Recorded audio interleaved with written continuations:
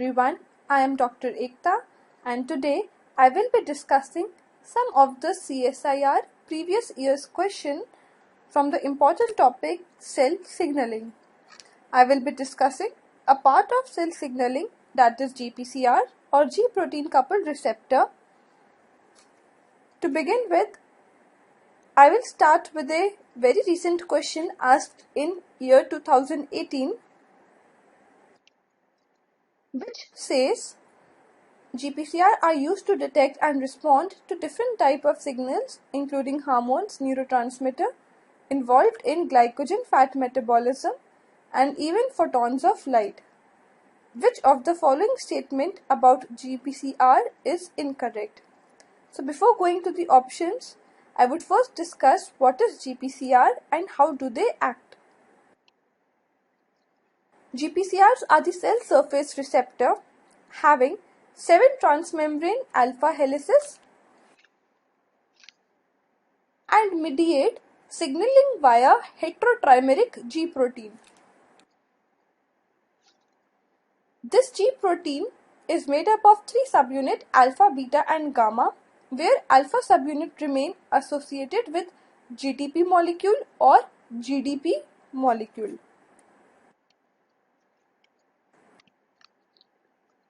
In the absence of the ligand, the G protein is inactivated, where alpha subunit is associated with the GDP molecule. Upon ligand binding, the G protein is activated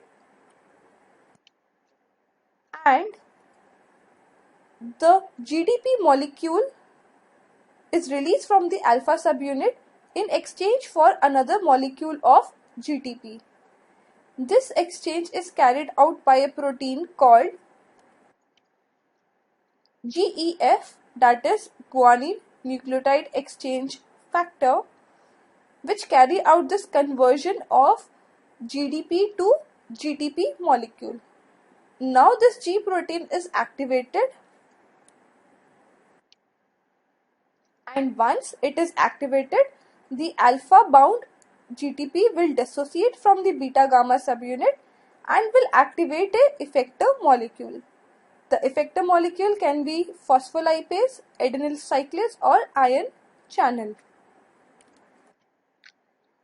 Here the effector molecule is adenyl cyclase, which will convert ATP into cyclic AMP. And once the activation of effector molecule is carried out, the alpha subunit has its own GTPase activity, which will hydrolyze the GTP into GDP and inorganic phosphate. This hydrolysis is also mediated by another protein called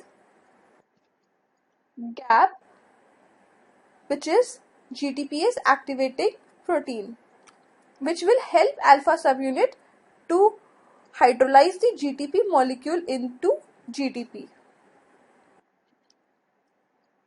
And once alpha GDP molecule is formed, it will then reassociate with the beta gamma subunit. So this is how the GPCRs are activated.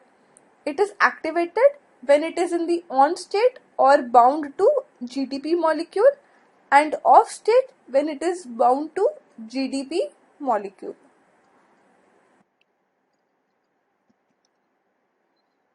Here are some of the ligands which act through GPCR's protein and their effector molecule. So the best examples for GPCRs are epinephrine receptors, receptor for glucagon, serotonin, vasopressin, which act through GPCRs and the effector molecule is adenyl cyclase.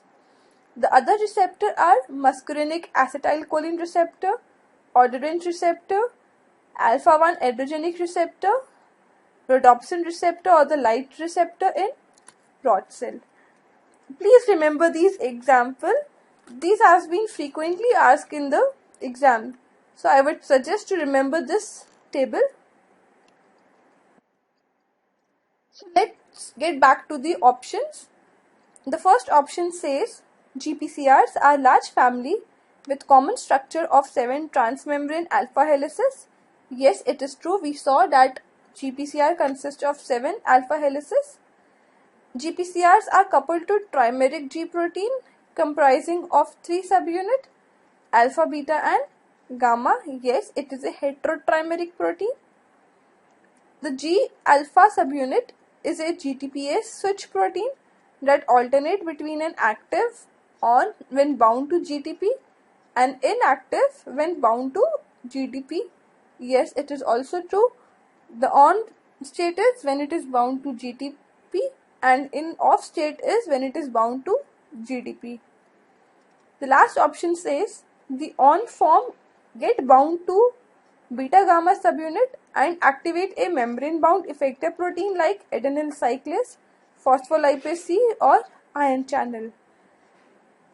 So this is incorrect because on form is bound to alpha subunit where it is bounded to GTP molecule. So the correct answer is answer 4.